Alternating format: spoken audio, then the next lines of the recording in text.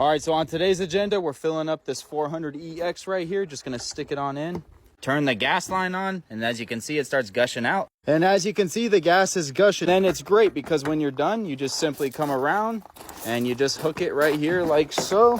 Sorry, I'm filming with one hand, but yeah, just like that, you're good to go. And then you turn the switch off so you don't waste any gas. And this is 16 gallons, so when you fill it up, it gets pretty heavy, but that's why these wheels, they come in clutch. So if you want to check out one of these for yourself, if there's any left in stock, I'll go ahead and link them down below for you.